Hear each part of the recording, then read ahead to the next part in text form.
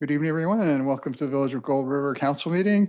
I'd like to start off our meeting with our land acknowledgement, just acknowledging that we're on the traditional ancestral and unceded territories of Mount Merciless First Nations. Meeting's called to order. Introduction of late items. Councilor Pickard. Thank you through the chair, and I'd like to introduce one late item, a draft letter of support for everyone to review, and I can talk about it later as we go. Perfect. Or later. Councilors, any councilors have any objections to accepting this into the agenda? Okay, we do so. Put it under new business. Okay. I'll find it someplace. When we get there, new business. Cool. And Mr. Roy, any agenda items? No, your worship. Terrific. It's done. Approval of the agenda, that the agenda be adopted as presented. Who care to move it? Councillor Waymar, second by Councillor Pickard.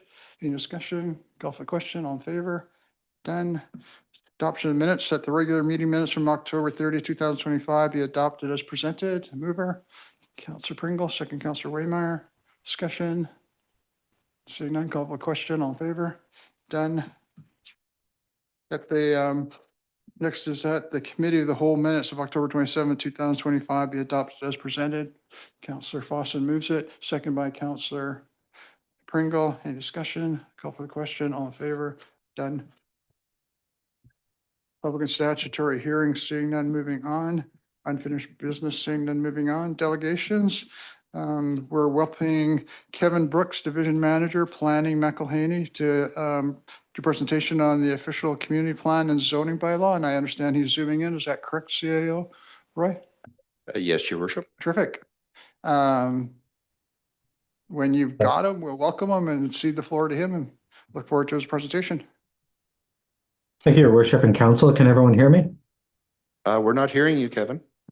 Are you muted, Kev? How's that? Does that work? Still How's no that? auditory. Does that work?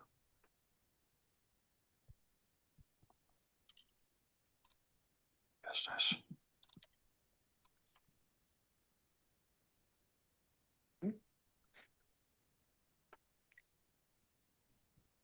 Yeah, so you can hear me, Kaylin?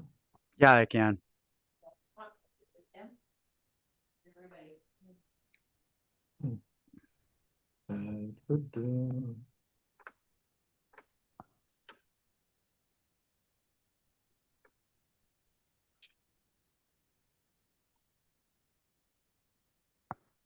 Just trying to address this. On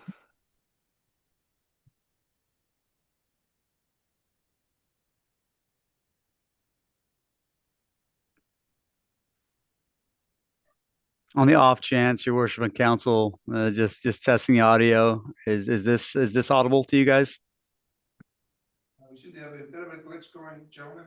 Don't have you coming through. I can hear you very faintly, but I'm not sure what's going on our end. Sorry, hold on a sec.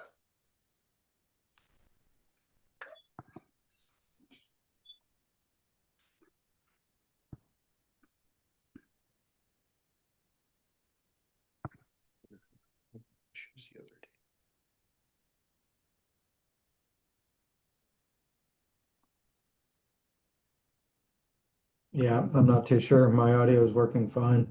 Yeah. Output audio is working, yeah. Microphone's working.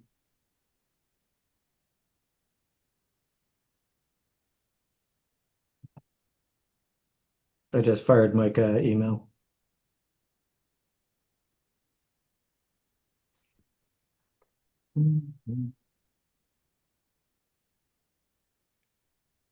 It's interesting, no chat function, so I can't chat anyone.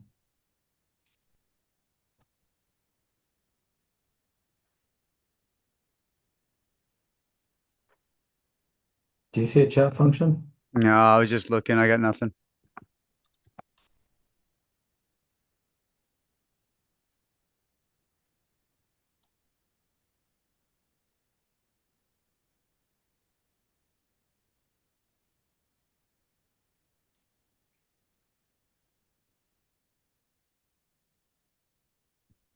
Not a- Yeah, if I can hear you just fine and you can hear me, I think, right? So, Yep. yeah.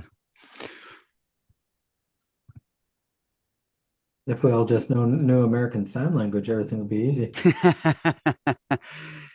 It's actually a key policy, actually, Kevin, in our report. We're making everything into American Sign Language. It's a much more cleaner and efficient way of communication. But bilingual in American Sign Language. Are you actually? No, no, I'm not. I used to know some. Kevin, you're full of surprises. I would not put it past you.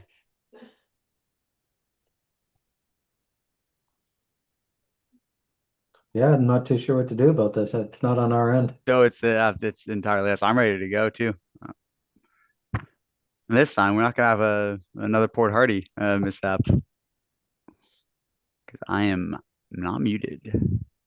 That was funny though. Yeah, for you, maybe. Oh man, I think I recovered just fine. Do. Yeah, this is the downfall of Zoom Workplace. I had no chat function, so we can No, actually I chat know. and let them know what the hell's going Didn't on. hear me. I did email Mike, but I don't think I have his text. Yeah, I might have Nikki's email as well. We'll email her too.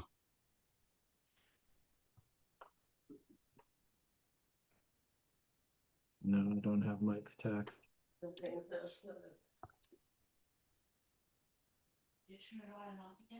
I turned the on and off.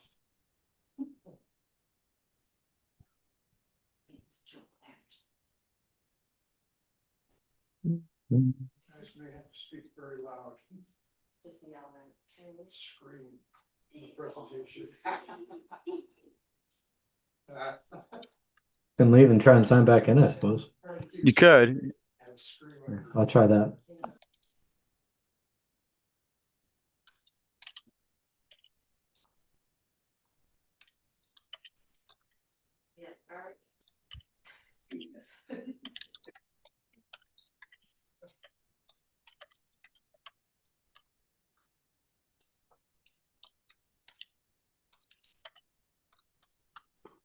translate.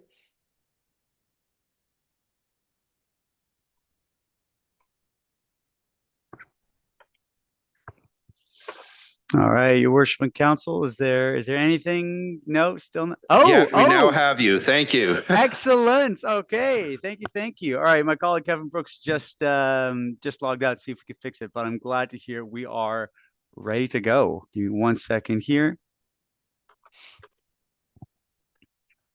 Okay, let's share a screen.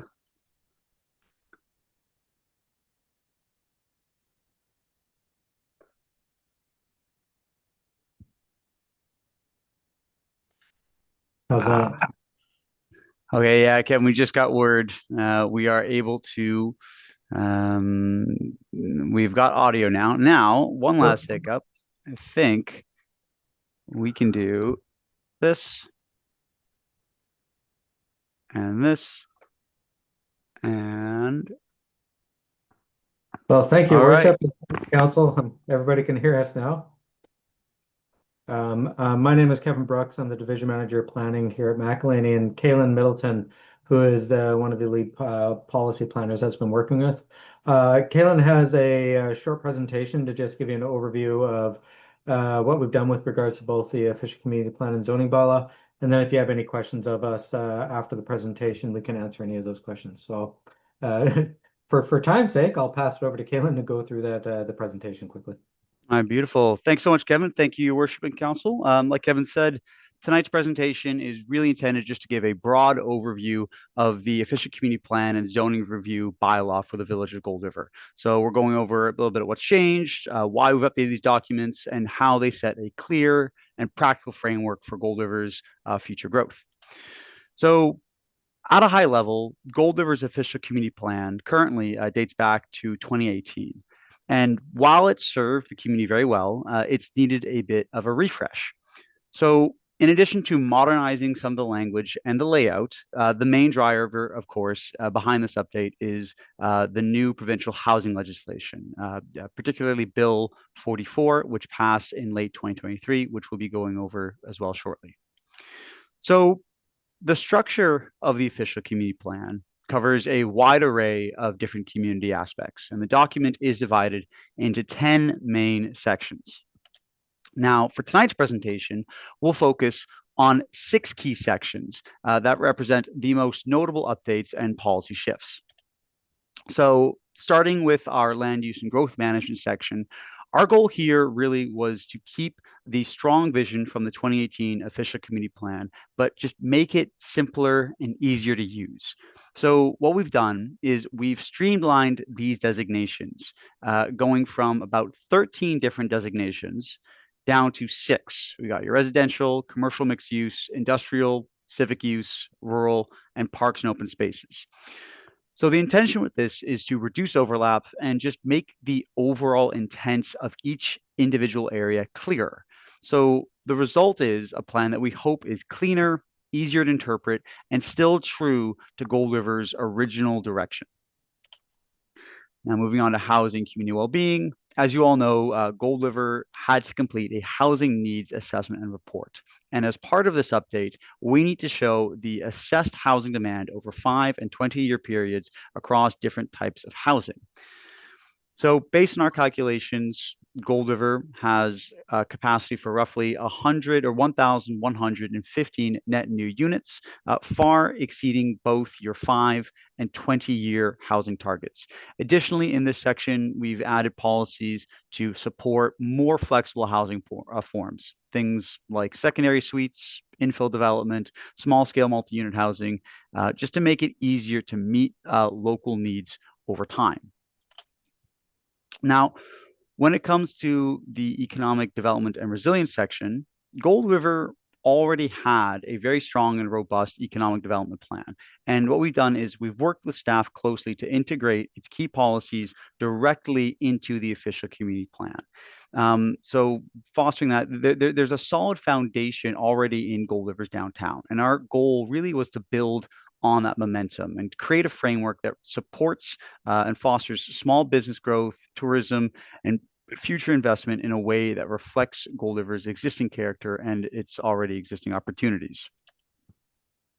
So infrastructure and mobility are a core part of every official community plan, and they're required by the Local Government Act. Here, we've modernized the language we found in the official community plan around smart growth principles and focused on efficient infrastructure, compact growth, and better connections for walking and cycling. And we've also brought in some key policies from Gold River's Active Transportation Master Plan to strengthen neighborhood links and generally support safer and more sustainable, more multimodal transportation options. Now, Gold River's natural setting is arguably one of its greatest strengths. And this section, Parks and Environment, focuses on protecting and enhancing that environment.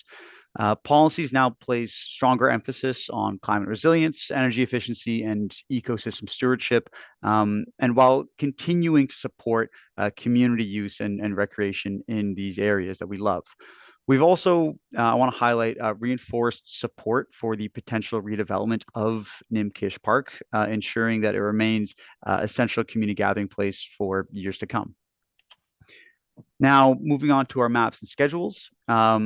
For the land use map and the development permit map and development permit areas, our goal was, again, to streamline the maps and schedules and keeping with Gold River's overall vision while making them easier and clearer to use. So these new updated frameworks simplify how land use development policies are shown and make it easier for staff to administer and for the public and the development community to understand. So for your development permit areas, we simplified down from 4 to 3, which should create a cleaner and more cohesive structure. So the main change here for your development permit areas was combining DPA 2, your Gold and Heber River areas, and your DPA 4, your undeveloped lands, into a single environmental and hazardous conditions development permit area, which is shown here in purple. We've also made a couple of contextual and housekeeping updates to the commercial and multifamily residential development permit areas to better align with current and existing conditions and what we now know to be modernized design language. As mentioned earlier, when it comes to the official community plan land use designations, we've consolidated 13 land use designations down to 6, streamlining the plan while keeping its core vision intact. This is hopefully the intent here is to reduce overlap between categories and make the land use map just cleaner and much easier to interpret. Now, lastly, we come to now our zoning bylaw. So now this is the big one. So Gold River's previous zoning bylaw was, to put it bluntly, quite complex and outdated, with inconsistent language and just way too many redundant zones. So I think we had about 10 different residential zones and even a helicopter zone. So what we've done, again, the overall theme of things is we simplified, going down from 24 zones to 15. We've modernized the language and simplified the structure and aligned it with the official community plan's vision. And the result is, we hope, a clear, more functional bylaw that's just easier for staff to administer and for applicants to understand, and while also maintaining the community's intended land use direction. Thank you for your attention. That concludes the overview of the official community plan and the zoning bylaw update. And we're now happy to take any questions about the process or any of the topics discussed tonight. Thanks so much. Thank you for your presentation. Councilors, do you have any questions you'd like to direct to our presenter?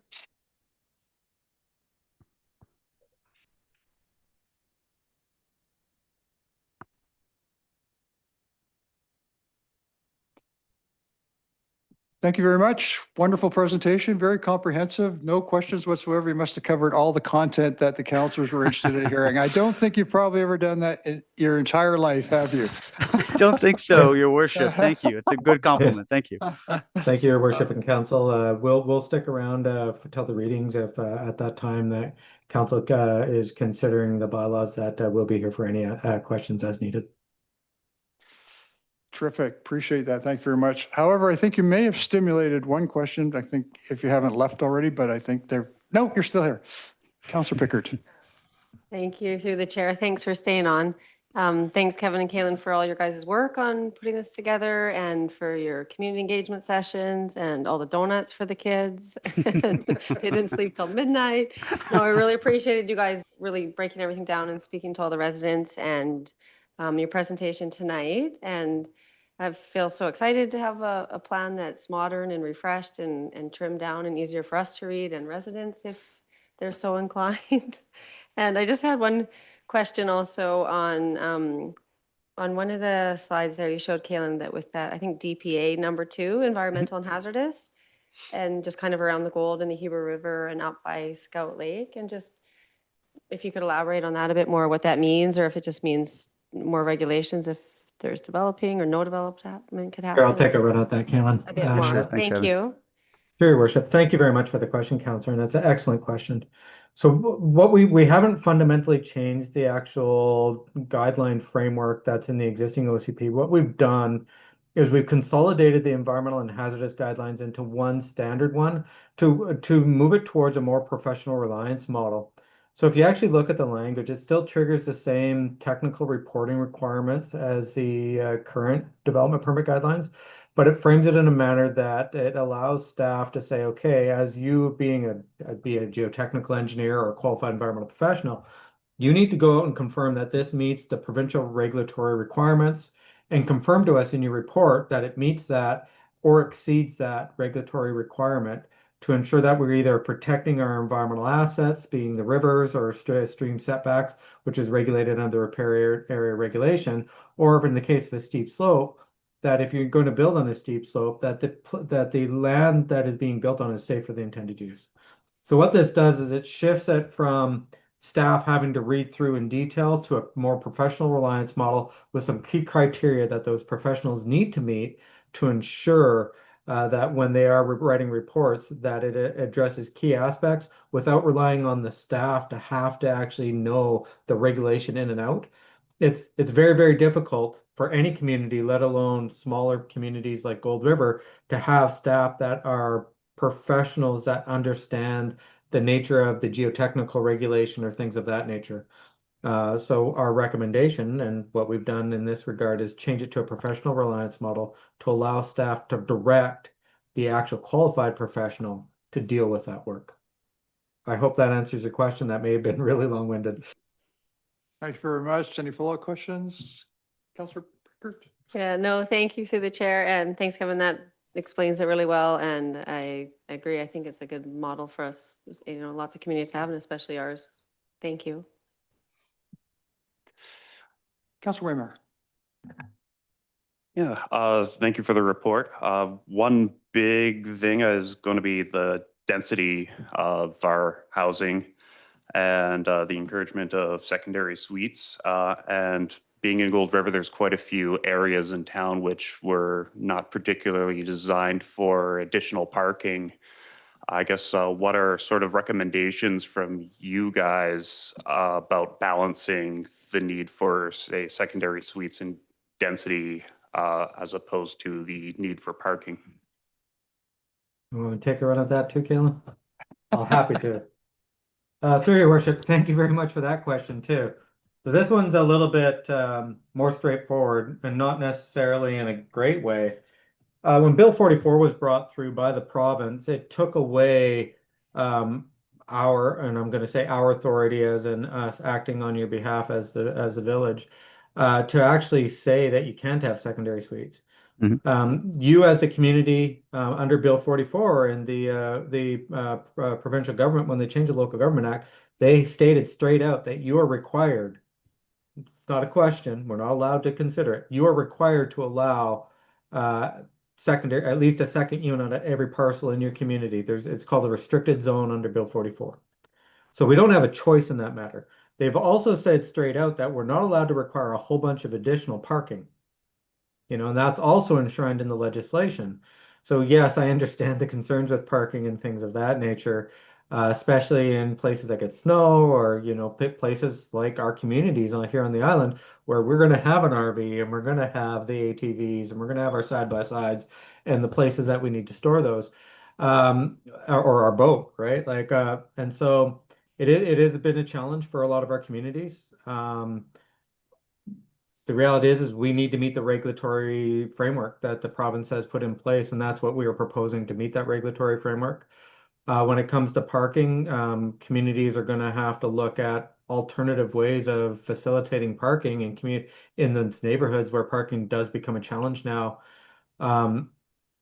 Silver lining, the silver lining in all this is that when we've looked at the implementation of bylaws like this that have allowed for secondary suites, or there's some communities that have to require 4 units per parcel, which is crazy.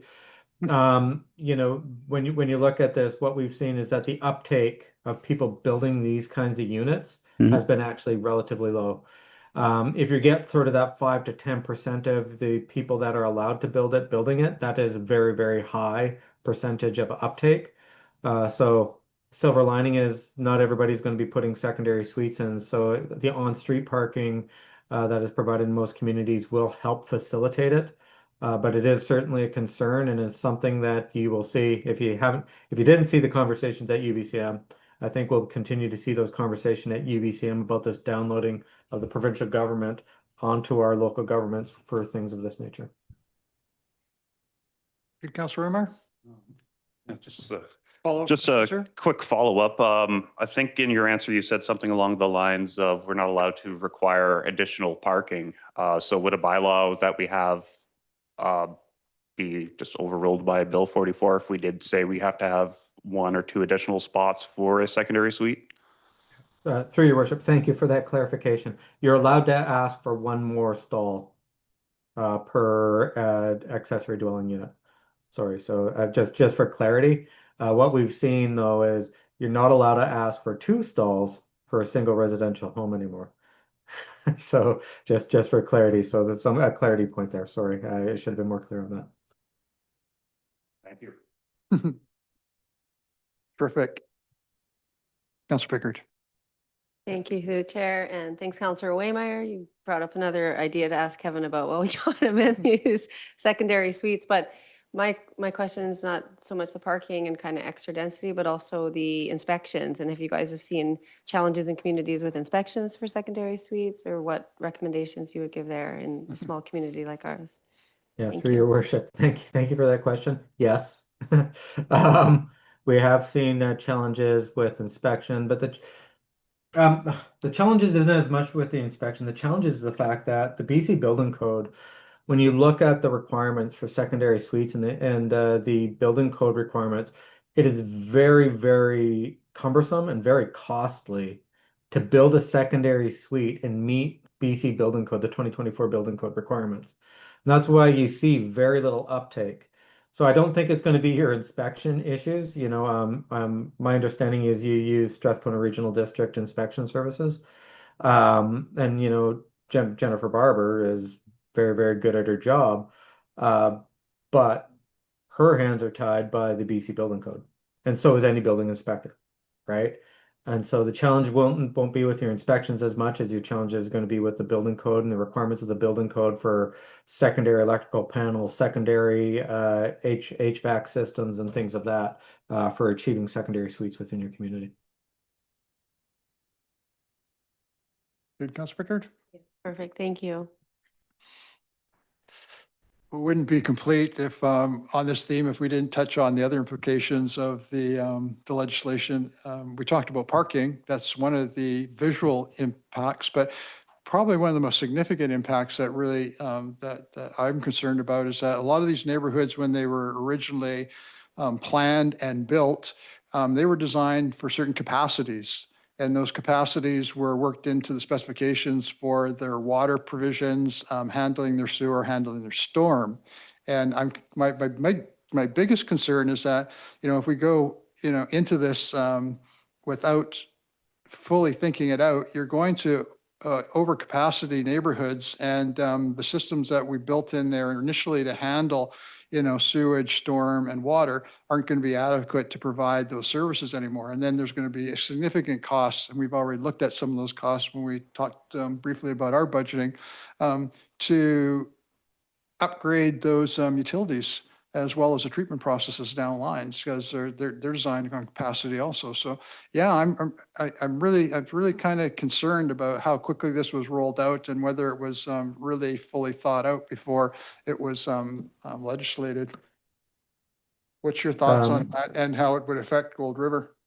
Your worship, you're 100% correct in your statement. And it's actually quite interesting. Kaylin and I were just at a legal seminar on Thursday, and this topic came up, and we had a long conversation with Young and Anderson's solicitors in regards to this. And so I think, well, I'll stand, so I'm going to soapbox a little bit. I'm a planner, so I do like to talk. You're among friends. Go ahead. Oh, she'd warn me, this is videotaped. That's fine. That's fine. I've said this to the province, and I've said this to other jurisdictions, so I'll say it again. I think the cart's before the horse. Do I think that there is a fundamental need for greater housing within our communities across British Columbia, across Canada? Yeah, 100%.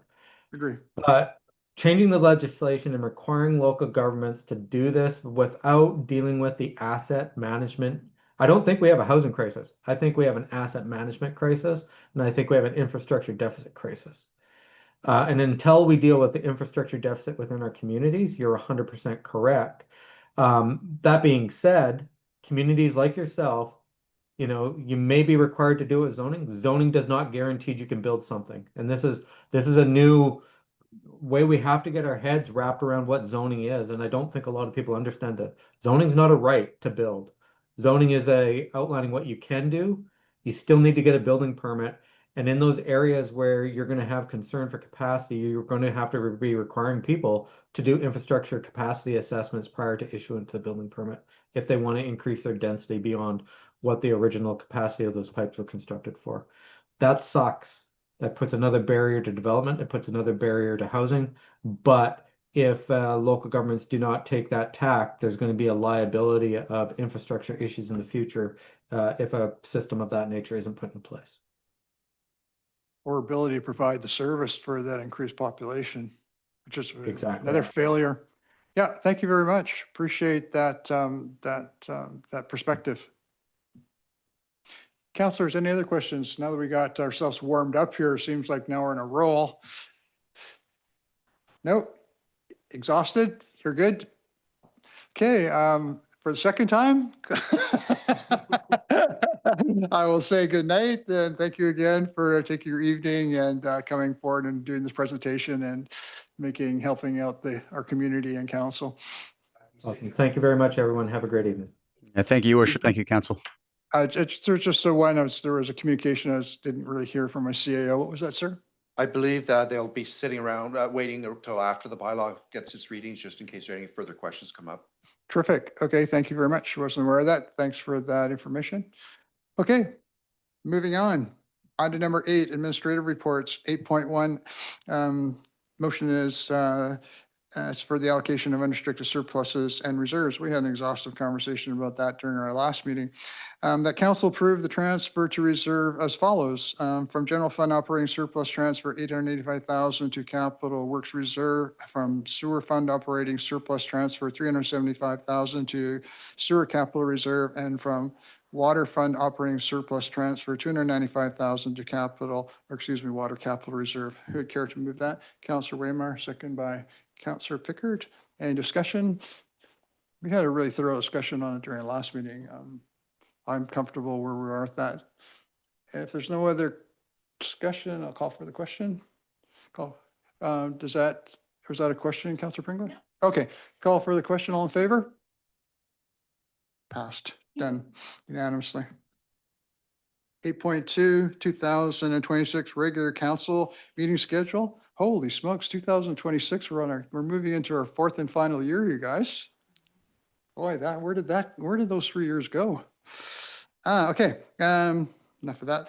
The motion is that the following regular council meeting dates for 2026 be approved in accordance with council procedure bylaw number 733, 2021. We care to move it? Councillor Fosson, followed by second by Councillor Pringle. Any discussion? You're good with all those dates? Did you check all these dates out, Councillor Waymar, to make sure that they were okay? Because I think last time you found a couple that worked on. Yeah, that didn't work out for us and we changed them. I went through them. I think they look clean for me. I was happy with them. Nope, we're all good. Okay. Seeing no other discussion, call for the question. All in favor? Passed unanimously. 8.3, 2025, 2026 council appointments. We go through these one by one. Start off with the first one, that Councillor Pringle be appointed as alternate director to the Strathcona Regional District for the year term 2025, 2026. Who care to move it? Councillor Pickard, second by Councillor Fosson. Any discussion? Call for the question. All in favor? Done. Councillor Fosson, the second one is that Councillor Fosson be appointed as alternate director to the Vancouver Island Regional Library Board for the 2025-2026 term. Who would care to move it? Moved by Councillor Pringle, second by Councillor Pickard. Discussion. Seeing none, call for question. Oh. Nearly roared past you there, Councillor Fosson. Councillor Fosson, go ahead. Thank you, Your Worship. I would just ask to be removed as the director of the library board due to conflicts of my schedule for next year. Okay, I think that we had you as the alternate director, didn't we? Did you Yes, want we to be did. removed as the alternate director? Is that what you're saying? I would prefer to be the alternate director. Thank you. Okay, because I think that's what we're moving right now, that you'll be appointed as the alternate director. Is that correct? It says that Councillor Foster be appointed as alternate director to the Vancouver Island Regional. Am I missing something? Councillor Pringle? Sorry, I think because there hasn't been an update in the agenda on here, there might be some confusion. Oh, okay. Maybe Because your I am agenda is actually incorrect. the, Yeah, I've kind of Right. modified that. I've taken a liberty. I'm sorry. I assume that maybe all of them had been updated because mine had been updated. So I understand the confusion now. But the actual motion is that Councillor Foster be appointed as alternate director to the Vancouver Island Regional Library Board for the 2025-2026 term, which you're currently occupying. Are you okay with that, sir? I Yes, see Your where, Worship. I see where the confusion is because my sheet's been updated, but yours hasn't. That clarifies it. Okay, any further discussion? Call for the question, all in favor? Done through that crisis, okay. I think we could stumble on a few other points here too, because I think mine has been updated, but like on the next one here. With Counselor Pringle. Okay, that Counselor Pringle be appointed as director to the Vancouver Island Regional Library Board for the 2025-2026 term. Who'd care to move that? Counselor Pickard, second by Counselor Fawcett. Any discussion? Call for the question. All in favor? Passed unanimously. And these ones will be easier. They're more straightforward. That Mayor Lot be appointed as director to the Island Coastal Economic Trust for the 2025-2026 term. Moved by Counselor Pickard, second by Counselor Fawcett. Any discussion? Call for the question. All in favor? That the deputy mayor roster for the 2025-2026 term is as follows: November 2025 to January 2026, Councillor Pringle; February 2026 to April 2026, Councillor Pickard; May 2026 to July 2026, Councillor Waymire; and from August 2026 to October 2026, when we will be at the end of our four-year term. Councillor Fawcett. Who'd care to move that? Councillor Waymire, second by Councillor Pringle. Call for the question. All in favor? Carried unanimously. Love it. Now we move on to something else. That council adopt the appointments to committees and agendas and organizations as presented. Moved by Councillor Fawcett, second by Councillor Waymire. And I would actually like to discuss this. I'd like to move that we actually close those committees down. I think they've met their obligation over the period. And we wanted the committees to do certain things. One of them, we couldn't get the buy-in from certain folks to get it off the ground. The other one, I think, is fulfilled their mandate, and they've got, you just have to come back with, I think you guys have a proposal for council that you want to share for us. I just understand you need quorum to close it out. So I would think that after you, that they had quorum, that we would, that we could close that committee out already. So that's my thoughts. I'd like to hear comments from councillors if they're supportive of that. Councillor Pringle. To the chair, it's sad to see that some committees have to close down because of lack of participation, but we kind of know that a lot of the people who are already participating in a lot. Yes. And we thank them for stepping forward, and we realize that even we all have busy lives. Yes. And I think because we're such a cohesive council, that we have just managed, and we work hard to fulfill a lot of what those committees had going on anyways. Agreed. So I would just like to say thank you to everybody that did put in work. And I also agree that, we could benefit from, letting some people not have some guilt over not coming to some meetings. That's kind of my thought also, but I want to make sure that that was universal, not just my impression. Councillor Pickard. Thank you, Mayor Lott, for your thoughts, and thanks, Councillor Pringle. And I agree with both of you guys that although the advisory committees are really helpful and can be if there's participation or we're looking for direction, we had our ECTEV strategy and plan done, and that gave us a lot of direction. And the Healthy Families and Communities, thanks, Councillor Pringle, for joining me on that, and all the participants. But the last few meetings, we haven't had quorum, and we did get the survey results and had some analysis and have had a draft report done by our ECTEV officer. So the purpose for that committee kind of reached its goal, and there really wasn't more to advise on. So I think it's an okay time to let it dissolve, and thank the residents for participating and you guys. Excellent. Thank you. Councillor Waymire, your thoughts? Considering you're sitting on one of the other, the economic. Yeah, I guess the economic industrial development river really got its feet off the ground. We had a couple of meetings early on but I mean, there was no real buy-in. We had one applicant from the community, which is not particularly enough for a committee. So yeah, it's, sad to see it never really go, but at the same time, I think we've done a lot of really good work on economic and industrial development through this council. So yeah, If it were to come up again in the future, that is wonderful, but right now I think given staff a ball to roll with is going to yield some really great results for us in the future. Terrific. Thank you, Councilor Raymer. I share your sentiments. Did you want to weigh in, Councilor Fawson, or are you good? Then I'd just like to move that we dissolve the two standing committees that are currently on the, on our list, and if I can get that moved, Councilor. You still have the motion on the table that you would have to defeat before you enter any new motion. What's that, sir? You have the motions that on the table with a mover and a seconder that would need to be defeated before moving on. Okay. Call for the question then. So we're looking at? Yeah, all in favor? Good. And then we move the motion that I just made, go. And it was moved by, Just to be clear, you just moved to have the committees continue with those as presented. yeah, we want to dissolve them. So but you didn't defeat the motion.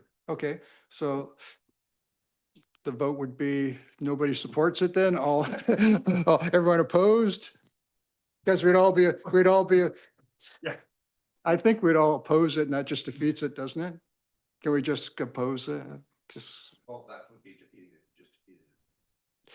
Councilor Raymer, Yeah, can I make an amendment to go ahead. I'm kind of stumbling around. to remove the committees from this, but otherwise keep the other listed appointments? Is that okay? Yeah. Yeah, the two committees, sorry, but in the current motion, are we trying to? Yeah, so to remove the committees from the current motion and keep the rest of the appointees of Chamber of Commerce, Fisheries, et cetera.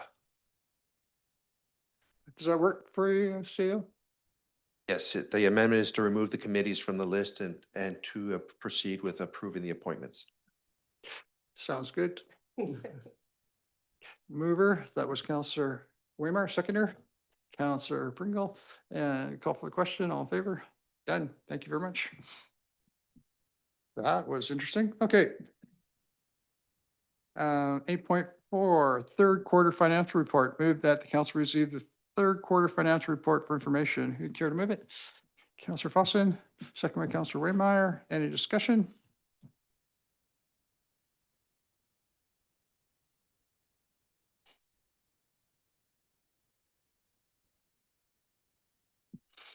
Councilor Pringle. I feel like we've discussed this to death. We've had how many meetings in the Same, past same couple of old weeks? boring outcomes. We're spending less than we budget. Yeah. We've got higher revenues than we had budgeted for. Our budget is very healthy and we're that's- going to end in a surplus. We're going to be able to allocate that to surpluses and reallocate to reserves and all's good. Yeah, I know. It looks really good. And all is But, good. but there's a lot of hard work behind getting to that point where it looks really good. So, is there any other, I think that's kind of like the detail stuff, but there's a few things in there that the administrator brought to our attention. If you have any questions about it. Councilor Pringle. Pickard, excuse me. Thank you One of through the those chair. nights. And thanks for this report, Administrator Roy, and all your work on it. And I'm just wondering, in the discussion part in the paragraph with the not budgeted work we did with the SRD of GIS work and Indigenous relations, and if you have any further details on that. Thanks. Through your worship, the province gave the significant amount of money to the municipality to do work on that. And what was done with working through the SRD and the other communities pooled those funds to do that. So that money had come in and went out, but it was not an actually budgeted items that we didn't have in the last year's budget. Good, Councilor Pickard.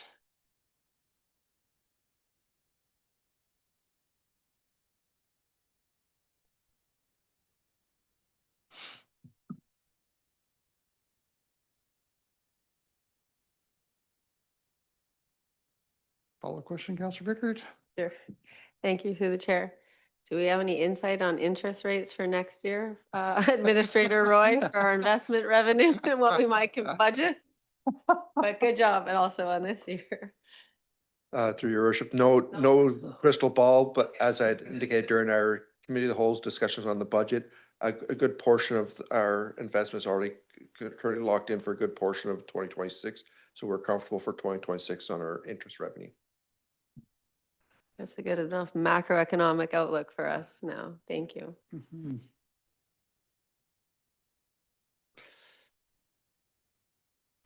So one of the things I usually try and persuade my chief financial officer, CAO, to speculate on is what kind of surplus he anticipates by the end of the 2025 year. And I don't think I've been successful in the 3 years of persuading him to actually make a guesstimate. So I'll probably get the same response that I have for the previous 3 years, but nevertheless, glutton for punishment, I'll make that inquiry again. Based on the numbers that you see in your projections to the end of the year, sir, for your revenues and expenditures, are you anticipating a surplus? Your worship, I anticipate there'll be a bit of a surplus, but how much, we won't know until we've complete year end. Do you have a ballpark? No, your worship. Can't even get a ballpark out of them. Anyways, I anticipate there'll be a surplus and it'll be very generous again. Terrific. Anything else that you guys want to inquire about that very healthy looking balance sheet? I'm sure that Mark Carney and David Evie would love to have a balance sheet like that. They may even be calling you up after this meeting to seek some of your guidance there, CIO Roy, because yeah, it's looking very healthy. And I think the citizens of Gold River, I know I, as a citizen, really appreciate the fact that we have good financial management within our community and financial responsibility, and that the dollars are being well taken care of, and that the public funds are being well managed. So yeah, it's critical. And I think we're very fortunate to have that. I have that confidence and trust in our staff. Anything else? All good? Terrific. Call for the question. All in favor?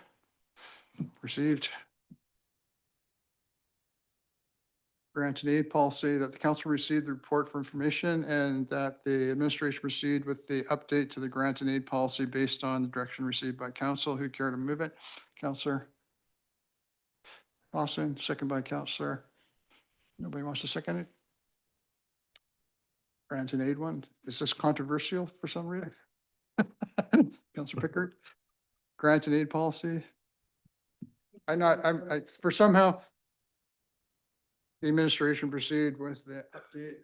Your worship, subsequent to my doing that, I updated my report with a different recommendation to move it to a committee of the whole for further discussion. Okay, I don't have that on my guidance. So Yes. let's, Apologies for that. Can I rescind that then? And we will go that this is the council, I want to just rescind that. And that, can we just rescind that? We don't have to go back and defeat it. You would have to defeat it, your worship. Okay, I'll call for the question. All in favor of my motion? Nobody's in favor. Anyone opposed? All opposed. It's defeated. And then resubmit a motion that the council defer the report to a committee of the whole meeting for further discussion. Who care to move it? Councillor Fawcett, second by Councillor Pringle. Discussion. Seeing none, call for the question. Sorry. Moving on, Councillor Pringle. Thank you to the chair. I need some more time to look at this. It was a lot of information packed into a lot of questions. And I really appreciated it because some things I wouldn't even have thought of. So I appreciate that it's going to be deferred to the committee of the whole because it does need some really detailed looking at. Thank you. I agree with you, Councillor Pringle. Wholeheartedly. Any other comments? Don't want to miss anybody. Councillor Pringle, Councillor Pickard. Thank you through the chair. And I agree with Councillor Pringle. It seemed kind of an easy report to do, but there's a lot that comes up and a lot of stuff that we've done historically and traditionally that would have to kind of change. And I was just wondering if Administrator Roy wanted to speak on it or give us kind of an overview and explain it, or save that all for the committee of the whole, if you guys think. Through your worship, I think it would be best we just keep it for the committee of the whole discussion. I'd be in agreement with that. Cool. Any other discussion? Nope. Did you have a follow-up question there, Councillor Pickard? No? Great. Councillor Wimmer.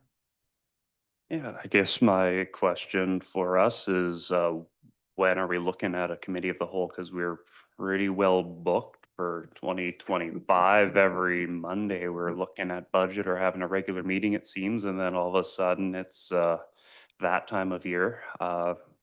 So are we thinking early 2026? That's my sentiment. I'm not quite sure what the rest of the council disposition is, but I don't think we'd be revisiting this till 2026. Is that your thoughts, Councilor Mayor? Yep, okay, cool. Excellent. Any other discussion? Motion on the table. No discussion, call for the question. All in favor? We're good. Reports from council. Councilor Fossin. Nothing at this time, your worship. Thank you, Councilor Fossin. Councilor Pickard. Perfect. Thank you through the chair. Yeah, hi. When I attended on October 22nd, an Infrastructure Act, Phase 1 of Regulatory Development. It was a webinar and it was hosted by UBCM for elected officials. And it was really interesting and kind of, we talk a lot about permitting and permit delays. So this was kind of their way to address permit delays and try to speed up permitting for kind of bigger infrastructure projects. So not so much kind of smaller, like environmental restoration ones we've been talking about, but it's Bill 15. And so their infrastructure projects are provincially funded and delivered big projects like hospitals, schools, universities, colleges. And they had a couple different pathways and we're trying to figure out how to still keep environmental standards and while prioritizing these projects. So they, just wanted some local government feedback there and opportunities to engage. That was really interesting. And the Mushulat Dock situation continues. It's a bunch of stakeholders and Rec Sites BC trying to figure out the best way forward to explore all grant funding opportunities. As Rec Sites BC mentioned that the dock is deemed unsafe and they want to decommission the dock at the lake. So not really in Village of Gold River jurisdiction, but affecting our groups and residents and fishing derbies and rangers. So there's a stakeholders are grappling with who will find the funding and who will kind of own the project and then who will manage and do the insurance after. So it's kind of a tricky issue, but hopefully we can resolve for residents to use in the summer because we know what a gathering place that is like for kids and residents and derbies. So let me know if anybody finds any funds for 300,000 for local infrastructure that as it goes right now, it would go back to ownership of Rec Sites BC, so also a little bit tricky. But I reached out to Anna Kindy and explained the problem to her, and her office kind of put us in the direction of a few funds that we are already aware of, like one through ICE-T that Brody Guy came and did our presentation. But their fund is more for kind of infrastructure projects that really increase economic development and activity. And there's no real group that can show that new dock would really increase economic activity out there. So it's a bit tricky, but we'll keep you guys posted. And I attended the Nukasam Watershed Society monthly meeting on last Wednesday. And they're, you'll hear a bit of an update on one of the projects later on new business, and another project, phase of planting started up in the Octawant today with Salmon Parks as a partner. And Salmon Parks and Ecofish is the consultant running it, and Nootka Reforestation is hired to do all the planting up there. So the projects are moving along and supporting local business and helping restore ecosystem function, and also kind of building on partnerships and collaboration with First Nations and Salmon Parks. So that's all from there. Thank you. Perfect, thank you so much. Councilor Pringle. Okay, Councilor Weimer. Yeah, the Chamber of Commerce has a new president, Adam Tree of the Salty Crepe. So I think February was the AGM. So about time we got ourselves a president there. Yes. It's fantastic. Got company now. Yes. Not sitting there by himself. So yeah, look forward to seeing the new vision at their next meeting and have a bit more to report now. Thank you, Councilor Weimer. I haven't got anything to report at this time, so let's move on to the next item. Number 10, information items, work in progress. The council received the work in progress for information. Who care to move it? Councilor Pickard, Councilor Waymar, second. Any discussion? Call for the question. All in favor? That's it. Report of committees, none. Bylaw 12.1, official community plan and zoning bylaw, first and second reading. I take it we still have our resource people online? Okay, great.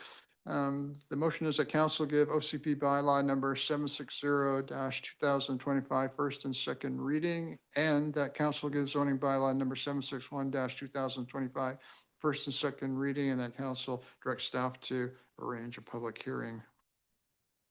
Moved by, holy smokes, everybody. Counselor Waymar, second by Counselor Pringle. Discussion? Any other questions that you have for these gentlemen since they stuck around for an extra 30 minutes? No. We're good? Terrific. Call for the question. All in favor? Thanks all. Passed unanimously. There you go, Thank you, gentlemen. gentlemen. Thank you again. Thank Appreciate you coming out this evening. Correspondence, none. New business. Counselor Pickard, do you want to speak to your letter? Thank you. Yes, thank you so much. And thanks everyone for entertaining this last minute. And just kind of a bit of an extension of the report there, but Nunavut Watershed Society continues to aim to complete the Mushet Lake gravel project, Yeah. where there's some really good videos and footage I'll send you guys, but the gravel was placed and Far North did the contracting out there, and MFN's partners and was present. And Did you say the there's videos? videos, yeah, Okay. yeah, of Or work just being looking. done and salmon already spawning there. And this is before the big rains and digging their reds there in the gravel. So some early signs of success of the project. Interesting. And as provincial permitting took quite a lot longer and required a second construction window next year. So that's going to add quite a bit to the budget. And so right now, just kind of funding opportunities are open. I emailed with this to Administrator Roy. There's 4 different funding opportunities in November. So starting on Friday, Administrator Roy, I think would be the submission for the first one, the Habitat Conservation Trust Fund. And then there's also the Pacific Salmon Commission Southern Fund, the second one. The third one is the Watershed Security Fund. We've heard a bit of kind of about that. Their third intake is also this month. And then a fourth one is a habitat stewardship program for aquatic species at risk. That's through the DFO. So all just outside funding and just different people to go to ask. And I think the NSWS's focus is just get all the proposals together and try all the different avenues, and hopefully one of them will fund the final phase of this project next year.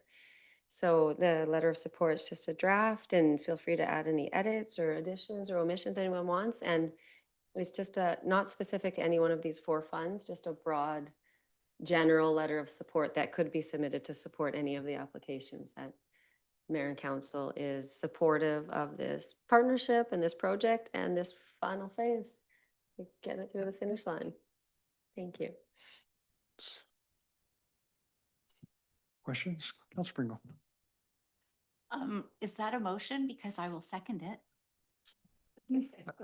I guess is the motion that Mushet Lake Outlet Construction Future Project, we provide a letter of support. Is that what the motion is?